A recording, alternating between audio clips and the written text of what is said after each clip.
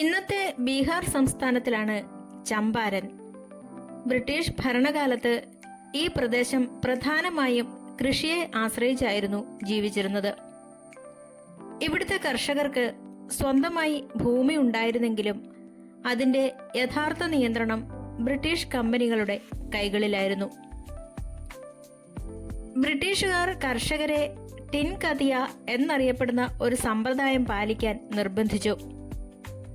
ഈ രീതി പ്രകാരം ഓരോ കർഷകനും തന്റെ ഭൂമിയുടെ ഏകദേശം 3 ഭാഗം നിർബന്ധമായും നീലച്ചെടി കൃഷി ചെയ്യേണ്ടി വന്നു. നീലയിൽ നിന്ന് ലഭിക്കുന്ന ചായമുണ്ടാക്കുന്ന വസ്തുവിന് യൂറോപ്പിൽ വലിയ ആവശ്യമായിരുന്നു. അതുകൊണ്ട് ബ്രിട്ടീഷ് കമ്പനികൾക്ക് വൻ ലാഭം ലഭിച്ചു. എന്നാൽ കർഷകർക്ക് നഷ്ടം മാത്രമായിരുന്നു. ഭക്ഷ്യവിളകൾ കൃഷി ചെയ്യാൻ ഭൂമി കുറഞ്ഞു. നീലകൃഷിക്ക് ലഭിച്ച വില വളരെ കുറവായിരുന്നു. കൂടാതെ അമിത നികുതി ഈടാക്കി. എതിർത്തവരെ മർദ്ദിക്കുകയും കേസുകളിൽ കുടുക്കുകയും ചെയ്തു. ദാരിദ്ര്യവും കടബാധ്യതയും പട്ടിണിയും കർഷകരുടെ ജീവിതത്തിന്റെ ഭാഗമായി. ഇക്കാലത്ത് മഹാത്മാഗാന്ധി ദക്ഷിണാഫ്രിക്കയിൽ നിന്ന് ഇന്ത്യയിലേക്ക് മടങ്ങിയെത്തിയിരുന്നു. 1916 ലക്നൌവിൽ നടന്ന കോൺഗ്രസ് സമ്മേളനത്തിൽ രാജ്കുമാർ ശുക്ല എന്ന കർഷകൻ ഗാന്ധിജിയെ കണ്ടു. ചമ്പാരനിലെ ദുരിതം അദ്ദേഹം ഗാന്ധിജിയോട് വിശദീകരിച്ചു. ആദ്യം ഗാന്ധിജിക്ക് മറ്റു തിരക്കുകൾ ഉണ്ടായിരുന്നെങ്കിലും രാജ്കുമാർ ശുക്ല തുടർച്ചയായി അദ്ദേഹത്തെ സമീപിച്ചു. അവസാനം ഗാന്ധിജി ചമ്പാരനിലേക്ക് പോകാൻ തീരുമാനിച്ചു. ഗാന്ധിജി ചമ്പാരനിലെത്തിയപ്പോൾ ബ്രിട്ടീഷ് ഉദ്യോഗസ്ഥർ ഉടൻ തന്നെ ആ പ്രദേശം വിട്ടുപോകാൻ ഉത്തരവിട്ടു. പക്ഷേ ഗാന്ധിജി ആ ഉത്തരവ് അനുസരിച്ചില്ല. ഞാൻ ഇവിടെ ജനങ്ങളുടെ പ്രശ്നങ്ങൾ പഠിക്കാനാണ് വന്നിരിക്കുന്നത്, അതിനാൽ ഞാൻ പോകില്ല എന്ന് അദ്ദേഹം കോടതിയിൽ അറിയിച്ചു. ഇത് വലിയ വാർത്തയായി. ആയിരക്കണക്കിന് കർഷകർ കോടതിക്ക് മുന്നിൽ ഒത്തുകൂടി. അവരുടെ പിന്തുണ കണ്ട ബ്രിട്ടീഷ് സർക്കാർ കേസ് പിൻവലിച്ചു. ഇതാണ് ഗാന്ധിജിയുടെ ഇന്ത്യയിലെ ആദ്യത്തെ വലിയ സത്യാഗ്രഹ വിജയമായി ചരിത്രത്തിൽ രേഖപ്പെടുത്തപ്പെട്ടത്. ഗാന്ധിജിയും അദ്ദേഹത്തിന്റെ സഹപ്രവർത്തകരും ഗ്രാമങ്ങൾ സന്ദർശിച്ചു. ആയിരക്കണക്കിന് കർഷകരുടെ മൊഴികൾ രേഖപ്പെടുത്തി. നികുതി, ചൂഷണം, മർദ്ദനം, അന്യായ കരാറുകൾ എന്നിവയുടെ തെളിവുകൾ ശേഖരിച്ചു. ഈ വിവരങ്ങൾ സർക്കാരിന് മുന്നിൽ അവതരിപ്പിച്ചു. ജനങ്ങളുടെ പ്രതിഷേധവും ഗാന്ധിജിയുടെ സമാധാനപരമായ സമീപനവും കണ്ട ബ്രിട്ടീഷ് സർക്കാർ അന്വേഷണ കമ്മീഷനെ രൂപീകരിച്ചു. ഗാന്ധിജിയെയും കമ്മീഷനിൽ അംഗമാക്കി. അന്വേഷണത്തിനൊടുവിൽ കർഷകരുടെ പരാതികൾ ശരിയാണെന്ന് കണ്ടെത്തി. തുടർന്ന് ടിൻ കതിയ സമ്പ്രദായം അവസാനിപ്പിച്ചു. കർഷകർക്ക് നഷ്ടപരിഹാരം അനുവദിച്ചു. കൂടാതെ ബ്രിട്ടീഷ് ഭൂ ഉടമകളുടെ അധികാരം കുറച്ചു. ഇത് ഇന്ത്യയിലെ കർഷകർക്ക് വലിയ ആത്മവിശ്വാസം നൽകി. ഗാന്ധിജി സമരം നടത്തി മടങ്ങിപ്പോയില്ല.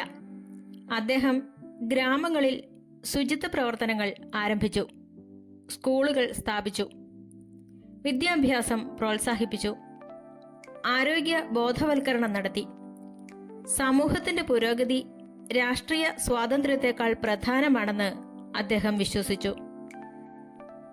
ഈ സമരം ഇന്ത്യയുടെ സ്വാതന്ത്ര്യ സമരത്തിൽ പല മാറ്റങ്ങൾക്കും തുടക്കമായി. ഒന്നാമതായി, ഗാന്ധിജി ദേശീയ നേതാവായി ഉയർന്നു. രണ്ടാമതായി, അക്രമമില്ലാതെ സത്യത്തിന്റെയും അഹിംസയുടെയും ശക്തിയിലൂടെ വലിയ മാറ്റങ്ങൾ സൃഷ്ടിക്കാമെന്ന് ഇന്ത്യക്കാർ തിരിച്ചറിഞ്ഞു. മൂന്നാമതായി, ഗ്രാമീണ കർഷകരും സ്വാതന്ത്ര്യ സമരത്തിന്റെ ഭാഗമായി തീർന്നു. നാലാമതായി, ഇതിന്റെ വിജയമാണ് പിന്നീട് ഖേദ സത്യാഗ്രഹം, അഹമ്മദാബാദ് മിൽ സമരം, നിസ്സഹകരണ പ്രസ്ഥാനം, ഉപ്പ് സത്യാഗ്രഹം, ക്വിറ്റ് ഇന്ത്യ പ്രസ്ഥാനം തുടങ്ങിയ സമരങ്ങൾക്ക് പ്രചോദനമായത്. ഇന്ത്യയിൽ ഗാന്ധിജി നയിച്ച ആദ്യത്തെ വിജയകരമായ സത്യാഗ്രഹം ചമ്പാരനിലായിരുന്നു. രാജ്കുമാർ ശുക്ലയുടെ നിരന്തരമായ അഭ്യർത്ഥനയില്ലായിരുന്നെങ്കിൽ ഗാന്ധിജി അത്ര വേഗം ചമ്പാരനിലെത്തുമായിരുന്നില്ല. ഈ സമരത്തിലൂടെ ഗാന്ധിജിക്ക് ഇന്ത്യയിലെ സാധാരണ ജനങ്ങളുടെ വിശ്വാസം നേടാൻ സാധിച്ചു.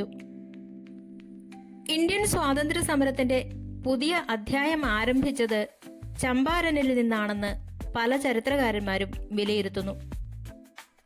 ചമ്പാരൻ സത്യാഗ്രഹം ഒരു കർഷക സമരം മാത്രമായിരുന്നില്ല, അത് അനീതിക്കെതിരെ സത്യത്തിന്റെ വിജയമായിരുന്നു.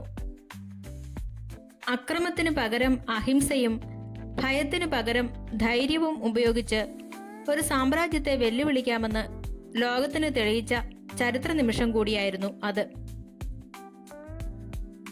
ചമ്പാരൻ സത്യാഗ്രഹത്തിന്റെ ഫലമായി ടിൻകദിയ സമ്പ്രദായം അവസാനിപ്പിച്ചു. കർഷകരെ നിർബന്ധിച്ച് നീലകൃഷി ചെയ്യിച്ചിരുന്ന അന്യായ സമ്പ്രദായം നിർത്തലാക്കി. കർഷകർക്ക് നഷ്ടപരിഹാരം ലഭിച്ചു. ബ്രിട്ടീഷ് തോട്ടമുടമകൾ അന്യായമായി ഈടാക്കിയ തുകയുടെ ഒരു ഭാഗം കർഷകർക്ക് തിരികെ നൽകാൻ തീരുമാനിച്ചു. കർഷകരുടെ അവകാശങ്ങൾ അംഗീകരിക്കപ്പെട്ടു. കർഷകരുടെ പരാതികൾ ശരിയാണെന്ന് സർക്കാർ അംഗീകരിക്കുകയും അവരുടെ അവകാശങ്ങൾ സംരക്ഷിക്കാൻ നടപടികൾ സ്വീകരിക്കുകയും ചെയ്തു.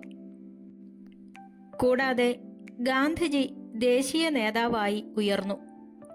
ഇന്ത്യയിൽ ഗാന്ധിജി നയിച്ച ആദ്യത്തെ വിജയകരമായ സത്യാഗ്രഹമായിരുന്നതിനാൽ അദ്ദേഹത്തിന് രാജ്യവ്യാപക അംഗീകാരം ലഭിച്ചു. അഹിംസയും സത്യാഗ്രഹവും ഫലപ്രദമാണെന്ന് തെളിഞ്ഞു. ആയുധമില്ലാതെ സമാധാനപരമായി നടത്തിയ സമരത്തിലൂടെയും ഭരണകൂടത്തെ മാറ്റത്തിന് നിർബന്ധിതരാക്കാമെന്ന് തെളിയിച്ചു.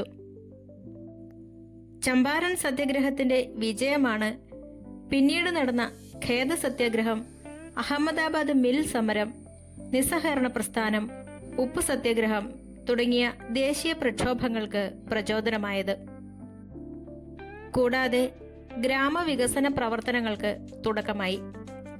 ഗാന്ധിജി ചമ്പാരനിൽ വിദ്യാഭ്യാസം, ശുചിത്വം, ആരോഗ്യ ബോധവൽക്കരണം എന്നിവയ്ക്കും പ്രാധാന്യം നൽകി.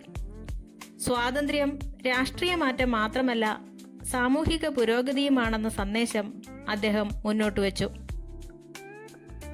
ചുരുക്കത്തിൽ, ചമ്പാരൻ സത്യാഗ്രഹം കർഷകരുടെ ജീവിതത്തിൽ മാറ്റം കൊണ്ടുവന്നതോടൊപ്പം ഇന്ത്യൻ സ്വാതന്ത്ര്യ സമരത്തിൽ അഹിംസയുടെയും സത്യാഗ്രഹത്തിന്റെയും ശക്തി തെളിയിച്ച ചരിത്ര വിജയമായിരുന്നു.